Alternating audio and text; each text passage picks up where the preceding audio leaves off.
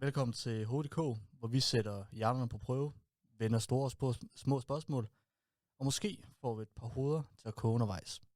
Jeg er Rolf Simonsen, og hver uge har jeg 2 spændende gæster med i studiet. Sammen dykker vi ned i ugens mest brændende emner, eller de mest skøre.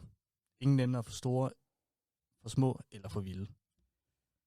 Så tænd komfuret og gør dig klar til en ny omgang HDK.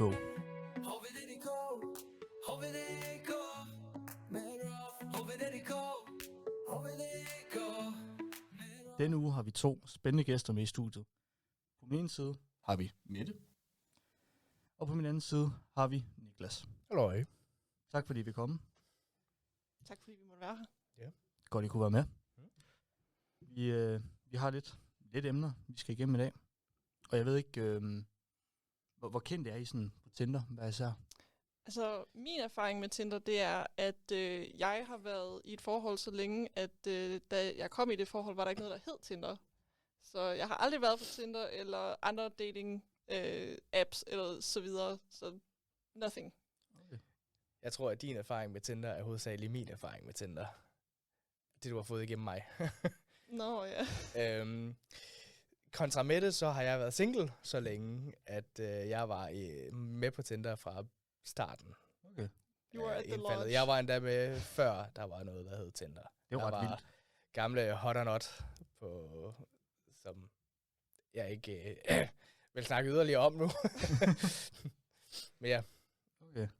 Det er jo sjovt, vi har sådan to synsvinkler på det, at sådan, du kender jo nærmest ikke noget til det, udover hvad Niklas nogle gange har lært dig. Mm. Og, Du swiper bare på dem alle sammen med det. Bare swipe. Ja, bare swipe. Niklas her, han har jo været med, altså siden day zero. Han er ground zero for Tinder. Kan man ikke kalde det. Jeg vil ikke kategorisere som patient zero på Tinder. Det lyder som en dårlig ting at have på sig. Ej, men det er da også lidt en sej titel at have. Tinder-veteran, det ved jeg ikke. You're the OG. Skal man skrive det i sin Tinder-bio? Tinder-veteran. Altså, det er et flex at have, men det er måske også sådan lidt voldsomt at skrive sådan. Det er jeg tror, det er giga red flag at have på sit Tinder-bio. Jeg er Tinder-veteran, jeg har været med fra start af. Altså, man siger sådan, hvorfor er du så stadig på Tinder? Ja, lige præcis. Lige præcis. What's wrong with you? A lot of things. Men det er sjovt, den her sådan Danmarks datingkultur er bare sådan gået over i, at altså, okay, nu kommer jeg til at lyde gammel, det er jeg. På nogle punkter.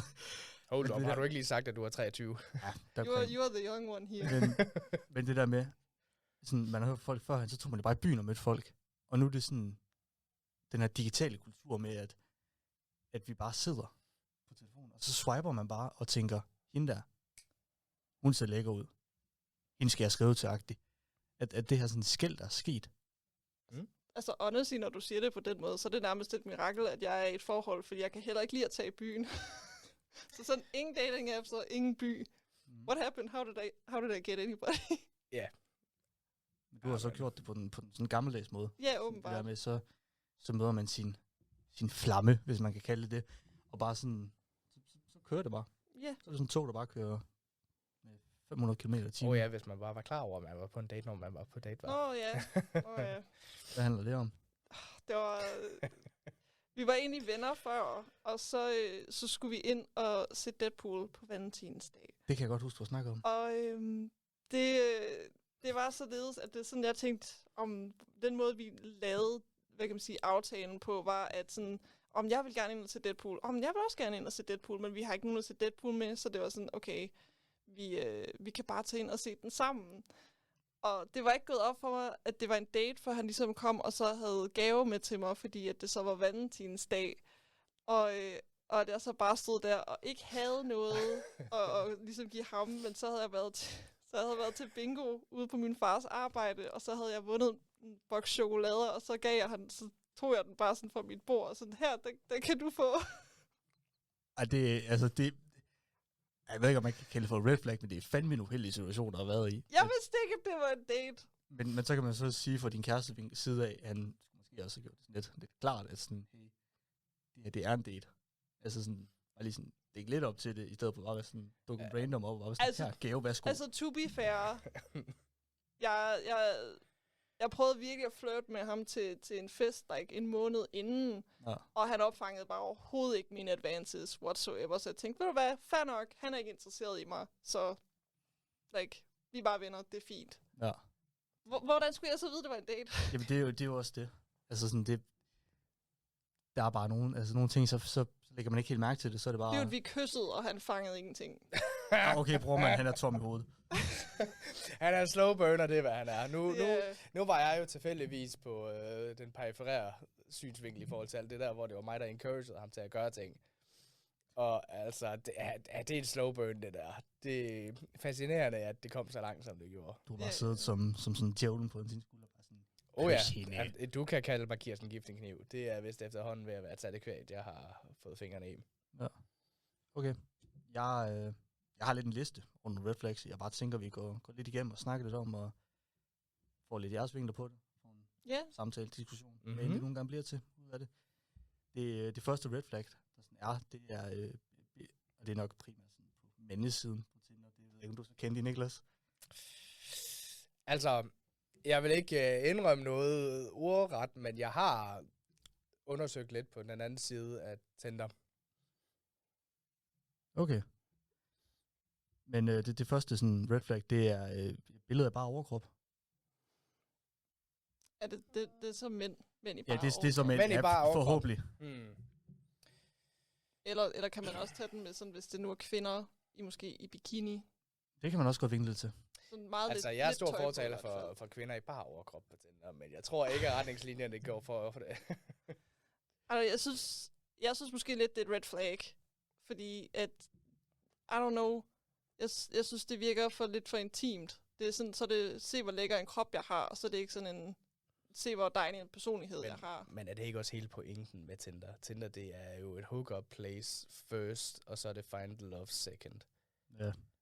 Altså, det kan, men det kan godt være. Jeg synes bare, det er et kæmpe red flag. Altså, jeg er på den ene side lidt enig med dig, men jeg kan også godt se det træls i det. Fordi også det her med, at altså, hvis man tager på et hotel, så må du ikke gå i bare overkrop, hvis du er en mand. Altså, så hvorfor fanden skulle du...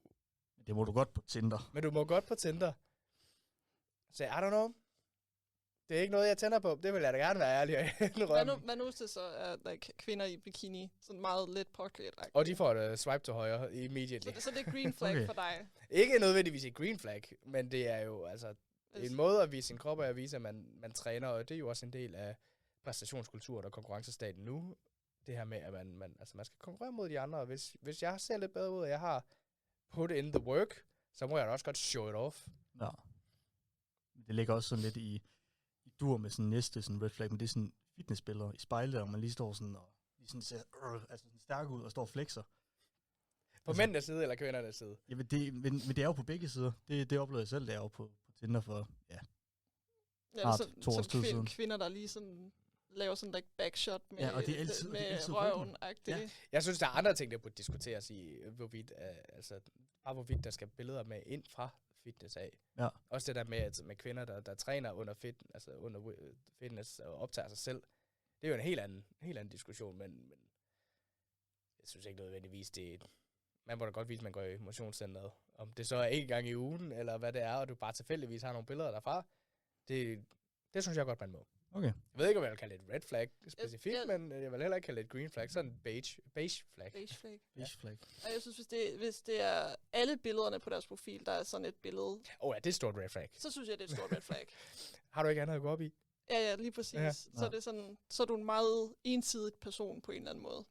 Fitness er mit liv, mand. Du må ikke tage det fra mig. Fitness for life, bro. Du vil bare date Arnold Schwarzenegger. Og bare date fitten, åbenbart. Den var ny. Man må heller ikke date i fitten. Det er jo fucking, altså, man kan ikke være dernede længere. Det er svært. Ja.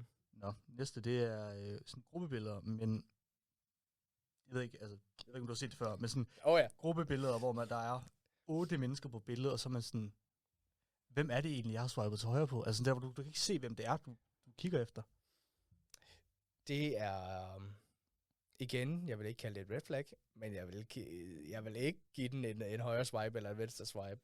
Jeg vil se, om der er andre billeder, og hvis det er udelukkende gruppebilleder, så er det stort tegn i, at det er den grimme. Jeg synes, det er red flag, for jeg synes, at så er det som om, man ikke rigtig kan stå ved, hvem det er, man er. Og man så tænker, Og lidt ligesom Niklas siger, at så er man måske den grimme... Ikke. Med gåseøjne. Jeg Med glemte at putte det på dop før. Den grimme i gåseøjne. Ja. Fordi man så tænker, hvis der nu er en eller anden af de her personer i den her gruppe, som folk kan lide, så kan det godt være, at de så ligesom swiper right på mig. Ja. Jeg ved ikke, om I er blevet gjort opmærksom på det, men der er jo Tinder Duo nu. Er der det? Ja, der er Tinder Duo. Jeg er ikke en del af det. Jeg har faktisk ikke haft Tinder i en par måneder nu. Men der er kommet Tinder Duo, hvor du sammen med et kammerat kan lave en profil, og så hvis du matcher med nogen, som også har Duo, så kommer I begge to ind i et gruppesamtale. Sådan det er sjovt. Det er et lidt komisk koncept. Sådan for double date-agtig kind of Ja. Double date, så skriver man sammen derinde, og så skal man lade hinanden kende. Det tager måske jeg har en også... kammerat, som er en del af. Han har ikke fundet nogen duo endnu, så jeg kan ikke være med i det. Det kan også være med til at lidt til sådan den der sådan usikkerhed på en eller anden måde. Det der med, så har du en body og sådan at klemme dig til, end at det sådan, skal jeg til at tage initiativet? Og det, jeg kan selv tydeligt huske det fra Tinder, da jeg var på det, at man skriver til så mange, og der er så få, der svarer, og det er bare Tinder, det fungerer ikke. Altså, man kan også sige, at det først og fremmest, det dræber måske nogle af de der gruppebilleder. Ja. Men det er et red flag mod mænd, fordi mænd bagved, de er jo meget den der, så er det tanken. Så er der en, der skal tanke det her, for at den anden, han kan have hende, der er pæn, eller hende, der er sød, fordi som regel, så er det jo en, som normalvis er meget sød og meget flink, og så den anden er også meget sød og meget flink, men bare udseendsmæssigt ikke på samme niveau. Du har Prinsesse Leia, du har Jabba the Hutt. Ja, du siger det, som det er. Ja. Og så er der jo en, der skal get down with the hot, og så er der en, der ligesom sådan skal vinde prinsessen. Ja. Men jeg synes også bare, er det ikke mega degraderende for nogle personerne, at man så ligesom bliver det, der er valgt fra? Jo da. Hvorfor tror du, duo det er der? Det er for at, altså... For at være nederen. Også det. Og straight for at være træls. Oh my god. Ja. Men det har det jo, altså det er jo ikke kun Tinder, det har været på. Det har jo været i byen længe også. Altså jeg har hørt mange historier med de her sådan famous grimme tøser, som man bliver nødt til at ligesom wingman væk. Det er sådan, jeg vil godt gå på en date med dig, hvis du går på date med min grimme kusine eller et eller andet. Noget af den stil, ja. Men også bare i byen. Altså hvis man skulle møde nogen i byen, og man skulle score i byen, så blev man nødt til at have en wingman, der kunne tage sig af... Påhænget, ja. Ja, jeg vil heller ikke lyde groft. Nej, altså, det... overhovedet ikke. Ja. Nå. Næste, det er sådan, jeg føler, det er sådan en klassiker med det der med forældrebilledet. Så har man lige et billede, hvor man står med sine forældre. Jeg synes, det er kind of sødt. Tror jeg aldrig, jeg har set på Tinder, men... Har du aldrig? Nej, det tror jeg virkelig. Jeg ser rigtig mange med børn og hunde. Og andre dyr. Jeg synes, det er kind of sødt, fordi det er sådan... jeg synes, det fortæller mig, det er, at man har en eller anden form for tæt relation til ens forældre, og at man måske går meget op i det med familie og sådan noget. Og så, synes jeg ligesom, man lægger sine værdier sådan clear på bordet på den måde. Jeg synes ikke som sådan, at det er et red flag, men jeg ved heller ikke nødvendigvis, om det er et green flag. Måske sådan lidt mere et... Er vi over i den beige igen? Ja, måske sådan lidt et beige. Det er kind of sødt, men det er ikke nødvendigvis det, jeg går efter. Altså, det signalerer da i hvert fald, at man går efter noget mere fast, og det er ikke et hookup, man går efter. Fordi du vil ikke have et billede af dine forældre på en Tinder-date. Altså, på dit Tinder-profil til en, du har planlagt, der skal raw dog dig om aftenen. Altså, det gør man ikke. Nej. Det bliver lidt sådan for relationelt. Det er bare sådan, bio og billeder, der bare slet ikke hænger sammen, så det er et billede, at man står sammen med sine forældre til påskefrokost. Ja, lige præcis. Sådan, jeg søger kun hookups, og jeg søger efter en pige, der kan pække mig. Altså, ja. det lige præcis. Skud ud, mand. Skud ud til mine forældre. They made me what I am today. Skud ud til far, han kan fandme det lige så af det samme. Har også hørt onkel, han kan meget af det samme.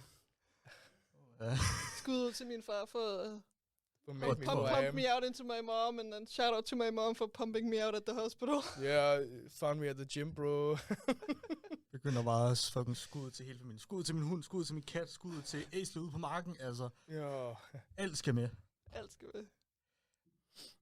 Det næste sådan red flag, eller billeder med børn, men hvor man skriver, at det ikke er sådan ens børn, det der med, at du står med sådan... Det er ikke deres egen børn. Ja, lad os sige, at du står med din kusines lille dreng, og det er sådan, det prøver jeg da ligesom Tinder-billede. Ja. Du får i hvert fald ikke one night stands ud af det. No bitches. Men mindre du ser rigtig godt ud, altså så kan alle jo få one night stands. Men lige, jeg tror godt nok, at lige i den kultur af Tinder, er børn et red flag. Jeg synes helt klart, også specielt hvis det er ikke er dine børn, så synes jeg helt klart, det er et red flag. Så det er sådan lidt like, why are you flexing other people's kids? Men så igen, det er også meget et opbyggelse i at sige, hey, jeg er barmhjertig, jeg kan godt passe børn, jeg kan godt finde ud af... Det sender nogle værdier, som igen, hvis du søger noget, som ikke er one night stands, kunne være ret godt. Og det kan være med til at give et indblik i, hvordan din profil er, og hvordan du er som person. Det kan også bare være med til at vise, at man er familiemenneske. Altså sådan det der med, okay, det er måske lidt random, man står med sin nevø, men det er også med til sin lidt det der med, at min familie betyder noget for mig. At det er noget, vedkommende er barmhjertig om, hvis man kan sige det. Det er noget, de går op i. Det er der nogen, der gør. Ja, men altså, så synes jeg, så skal det være fordi, at der sådan er flere billeder, hvor de sådan er sammen med deres nevøer og niecer, eller sådan deres forældre, eller onkler og tanter, sådan på sådan en, like, men der er heller ikke nogen, jeg gider heller ikke læse en bog, hvis jeg skal swipe ind på Tinder og kigge på en profil igennem. Jeg gider ikke have 20 billeder af dem med deres nevøer. Og det er der, hvor jeg så ligesom tænker det der, hvis folk kun ser billederne, og de så ikke når at få læst den der tekst med sådan, by the way, det er ikke mine børn, så kan man godt sådan sidde lidt og være sådan, like, hvis man så skriver som sådan, men du har et barn, og så er det sådan lidt like, nej, altså, det er ikke mine børn. Sådan, det har jeg også skrevet. Jeg synes... Altså, men de læser ikke bioen på Tinder. That's a fact. Altså. Så du skal have børn, hvor du står... hvis der er børn på, så skal der stå, ikke min. Børnene skal bare stå med et skilt, hvor der står sådan... Det er ikke min far, ikke min mor, ikke... Ja. Men det er oftest kvinder, der har børn related, jeg ved ikke, nu har jeg ikke set det på mændenes side, men jeg synes oftest, det er kvinder, der har børn på billederne, for at vise, at de er barmhjertige. Og så er det ikke deres børn. Ja. Det er jo sådan lidt en 50-50 enten, så er det sådan, jeg er mor til 2, og så er det jo, hvad det er agtigt. Eller så er det jo bare sådan noget med... ja, det er red flag. Mor til 2. Væk. Eller hvis det er sådan, like, mor til 2, og så finder man bare ud af det, fordi hun har 2 hunde eller sådan noget. Det er et større red flag. Man skal ikke begynde at nævne sine dyr som sine børn. Det er et gigantisk red flag. Er det ikke det, du gør med din kanin? Nej. Det er ikke. Det er et kanin, som jeg passer, og han er ikke mit barn. Okay. Han er en røvhul, det er han, men ikke mit barn. Det er et kæledyr. Sovs. Ja. Og den hedder Sovs. Han hedder Sovs. Det er rigtigt. Kæledyrene er ikke børn. Nej. Så har vi også fået det etableret. Ja. Chat. Det er, den har jeg selv oplevet på gange, men forkert navn eller alder. Red flag. Jeg tror ikke, altså, helt klart red flag, men jeg tror ikke helt, at jeg forstår, like, hvordan, sådan, er det så fordi, at de har skrevet, de hedder, like, I don't know, like Jonas, og så skriver de i deres bio, at de ikke hedder Jonas? Nej, men det er et problem, hvis de hedder Emilie. Men det kan også være sådan noget med det, jeg selv oplevede, at det der med, så sidder man lige og skriver lidt, og kommer ind under huden, og så er du sådan, man kan ikke få din snap, og så får man bare en snap med et helt andet navn. Det har jeg selv prøvet på. Så det er sådan lidt, like, du tror, du skriver med en, der hedder Clara, og så går du ind på deres snap, og så hedder de Josefine eller eller andet. Ja, den du. Men også det der med, du kan jo godt se på folks billeder, sådan, okay, hende er måske 29 eller 23 eller whatnot. Men så er det bare sådan, så står der bare, hun er 35. Altså sådan det der med, at du bare har været på Tinder til tidlig alder. Det har jeg selv gjort. Var på Tinder et år, før jeg måtte. Men det er jo 1 år. Jesus Christ. I'm sorry. Jeg var, I needed it. You needed it. Yes. Like a drug. Jamen det ved, altså for min optik til er det om hvad har du at skjule? Du kan ikke, altså det er hele princippet med Tinder, det er, at du skal sætte dig selv ud. Altså put yourself out there. Og det kan du ikke, hvis du lyver om din navn og din alder. Altså, hvad har du så at give? Altså, det er et dårligt grundlag at starte ud med. Det er virkelig et dårligt grundlag at starte ud på. Jeg synes også selv, hvis det er, fordi du leder efter noget seriøst, så er det et dårligt grundlag at starte ud med at være sådan, hey, by the way, jeg er måske ikke helt den alder, jeg sagde, jeg var på Tinder, og jeg hedder måske ikke helt det, jeg skrev, jeg hed på Tinder. Det lød bare cool at sige, at jeg hed det her, frem for noget andet. Ja. Jamen, enig. Ja. Det er et sjovt koncept, at man gør sådan noget. Bitches be crazy. Bitches be crazy. And men be crazy men too. Be crazy too. No We will not discriminate the men. No discrimination. Yes. Næste, det er sådan billeder med filter. Ikke sådan Snapchat Red flag. Fuck it. Show your natural self. Altså, okay, makeup er også samme debat, men Jeg synes alligevel, filter, de er så grimme. De ser den der hundefilter. Look at how quirky I am. Yeah, oh my god, look at how quirky I am. I look like a dog. Jeg synes lidt som du siger, altså stå nu ved, hvem du så er. Altså, lad være med at gemme dig bag et filter. Det virker mere tacky, end det gør noget godt for dig, vil jeg sige. Ja. Hvad så med sådan, hvis det sådan er sådan sort og hvid filter? Det er fint nok. Ja. Jeg synes... Det er jo ikke et filter, der er specifikt. Der er jo mange filter, der sådan ændrer på din bone structure og altså noget i ansigtet også. Jeg synes bare sort og hvid billeder. Altså, det giver mig jo ikke et accurate billede af, hvem du er. Ser du ikke verden i sort og hvid? Nej. Det gør jeg sjovt nok ikke. Damn. Shit. Men ja, nej, det synes jeg... Jeg synes, det er red flag, både sådan Snapchat-filter og også, hvis det bare sådan er sort. Altså, hvis hele deres profil er i sort og hvid, så er det et fashion statement, og det behøver jeg ikke nødvendigvis være en del af. Men altså, et enkelt billede, de måske har været sådan, okay, det er faktisk ret godt sort og hvidt billede, det her. Det smider vi op. Uenig. I'm just not agreeing on that. Ja, men du dater heller ikke, gør du? Er et forhold? Dater man så ikke stadig? Jo. På en vis facon, jo. Jo. Kom an på, hvordan du vender og drejer det.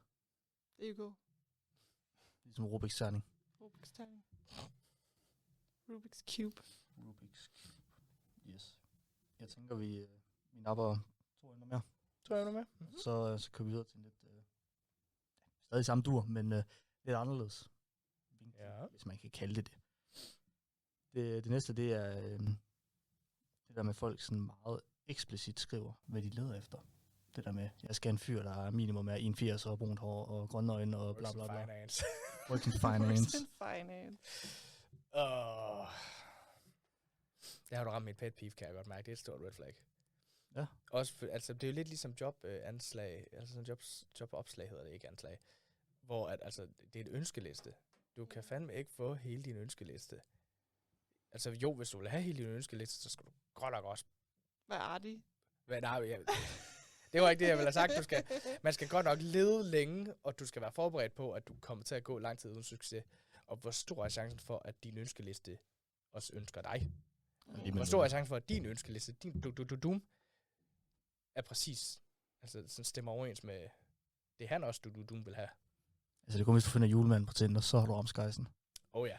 Nu har jeg så lige sådan en counter, fordi det er sådan, jeg kan godt forstå, at det virker sådan et red flag. Og jeg ved ikke, om det er fordi, at jeg har autisme, og jeg bare godt kan lide, at tingene er så konkret som muligt. Ja, det er derfor med det. Men hvis jeg ved, hvad jeg gerne sådan vil have, og at jeg ligesom bare kan sige, om jeg vil gerne have nogen, der har de her værdier, eller nogen, der går op i sådan nogle ting. Ja. Jeg vil synes, det er jo mega overfladisk, hvis det er, like, hvad kan man sige, udseendsmæssige ting. Der synes jeg stadig, det er et red flag. Men hvis det er sådan, jeg leder efter noget seriøst, jeg leder efter nogen, der ligesom er stabil. Like, jeg har brug for nogen, der rent faktisk har et arbejde og kan have et stabilt liv, fordi man måske har brug for noget stabilt og noget struktureret i sit liv. Så synes jeg måske sådan, at det er fint nok, men jeg ved også godt, at sådan fungerer til der måske ikke helt, og det bliver mere set lidt, som du siger, sådan en ønskeliste, som er urealistisk og unattainable. Ja, men også fordi det er rigtig meget specifikt, det er et ønskeliste. Og det er meget overfladisk, især med højden for mænd på Tinder. Og hvis man så tænker lidt tilbage på, hvordan det var vores forældre, de datede. Altså det var meget mere, at de, for at bruge et nyt dansk term, man følte det meget på viben. Det var meget sådan, og så kæmpede man for det, altså, hvor man sådan, du er mega nice, jeg vil rigtig gerne se dig noget mere. Lad os gøre det. Og man er også meget hurtigt til at være sådan, når vi er en ting, det er man jo ikke i nudags datingliv. Det er jo meget... Situationships. Det er jo situationships, altså efter situationship. Oh my god. Så ja. Det er et stort hav. Og det er jeg glad for, at jeg ikke skal deal med. Ja, I don't want it either. Sorry, I didn't want to rub it in, but like... Maybe I'm not in that. Ja. Yes. Jeg tænker, vi går videre nu til det lidt fjollede emne, hvis man kan kalde det. Men det er sådan den bedste datingmad. Datingmad? Carbonara, hands down. Jeg skulle til at sige spaghetti carbonara. Spaghetti carbonara, hands down. Men er det så sådan, at man har inviteret nogen hjem, og så laver man mad for dem, eller er det sådan den mad, man synes måske er romantisk at spise ude på restaurant? Jeg tænker, hvis du skulle invitere en hjem, If you Ja. wanna Nå, get mad. down with it, With it. så er det carbonara, du skal lave der. Ja, det tror jeg ikke, at vi er sådan uenige om. Nej. Og der er den der, man siger, der er den der test med, hvis man skal finde ud af, like, is she or he the one? At så Hvor skal de fløde i deres carbonara. så skal du spise nachos med dem. Okay. Fordi, Ja, i forhold til... Ja, fordi hvis den anden person så kan deal med, at du sidder og ser mega ulækker ud, når du sidder og like, går for nachos Muncher. i munden og alt muligt, og det bliver mega messy. Hvis de stadig ligesom kan deal med dig, og ikke bagefter sidder og være sådan, agtig, så er der ligesom noget værdi i den person. Ja. Jeg troede, det var en helt anden retning, vi skulle gå, men jeg troede, at det Helt anden var... retning. Ja, jeg troede, det var vidt, at man tog den nachos, der var både salsaen, osten og kylling på. Og hvorvidt at man kan være give til, altså sådan, lad det være indtil sidste øjeblik. The golden bite. Nachos. The golden bite, lige præcis. Hvem der skal slås om den sidste, eller hvad? Nej, men og hvordan man sådan agerer i det, der er jo en sådan helt stor social dynamik i det. Det kan godt være, at man siger, altså, okay, jeg ved ikke, hvor messy jeg ser ud, når jeg spiser nachos, altså, men... I know, du har skæg, så jeg forestiller mig, at it gets all up in there with the cheese. Ja. Bare smurt ind i salsa, guacamole, hele krydderen. Altså. Jeg er generelt ret god til at bruge et sådan tørklæde, eller sådan serviet, ja tak, Og smurt mens jeg spiser, fordi jeg ved, at... Men jeg hader bare generelt at have ansigtet fyldt af mad. Hvem gør ikke det? Det er bare gemme det til senere. Altså sådan lige sådan rest. Der er sådan en helt tortilla chip. Det ligger inde under sådan en stille. Ja. Det er bare lige min madpakke, jeg har med.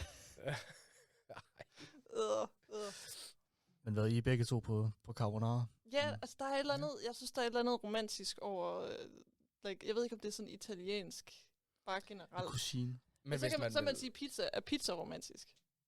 Det kan det være. Hvis det er hjemmelavet, så ja.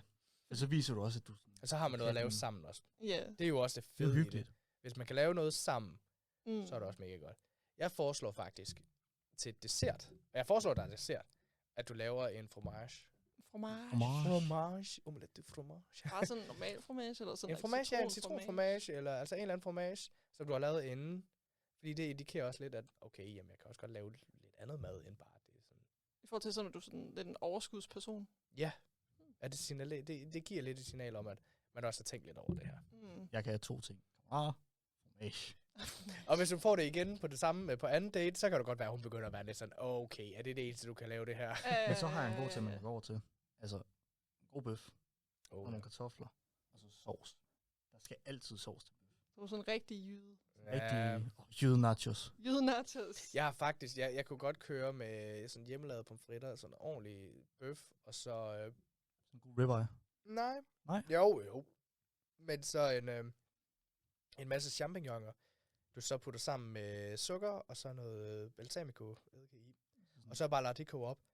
I am telling you, det er så lækkert. Glaseret champignon. Glaseret champignoner, ja. Det er bare ikke lækkert, I'm sorry to say. Det er hands down så lækkert. Og det er et fif, jeg har fået af en kokkekammerat. Måske det er sådan en eller anden voksen mad. You'll get there when you're older, maybe. Ja. Nej, jeg kan ikke fordrage champignoner. Okay, hvis det er champignonerne, der er dit problem, så kan du også take them out of the equation. Ja. Så skal jeg have sovs. Masser af sovs. Ja, men så kommer man ind i debatten om, hvorvidt vil man have sovs i hele ansigtet, og hvorvidt vil man have fed mad på en anden, tredje date. Ja. Hvad er det, man plejer at sige til tredje daten, der er hook-up-daten? Ja. Don't ask me, I don't know. Nej, det ved jeg ikke. I don't know. Men jeg mener, det er sådan det anden, tredje date, hvor man begynder at sådan oprigtigt hook-up. Og første date plejer jo faktisk at være en go-to-date. Hvor man sådan er ude lige at lære hinanden at kende, og så kommer anden date, og så kommer tredje date. Første date er måske faktisk en is, eller et eller andet. Ja. Måske. Sandwich, hvis det er helt galt. Hvis det er helt galt. Hvis det er helt galt, og I har gået lang tid, og du er bare monstersulten, en burger, eller en sandwich. Eller andet hurtigt. Yes. Så fik vi også snakket om det spørgsmål. Tak fordi I vil være med. Og tak til vores dejlige lyttere, der gad lidt med. Mm-hmm. I kan gå ind på vores Instagram, @hdkpodcast på Instagram, og stemme om, hvad vi skal diskutere næste gang, om det er Taylor Swift, er hun egentlig overvurderet, eller er det reality shows, go eller no go. Så ned i beskrivelsen og tjek vores Instagram ud. Vi lyttes ved.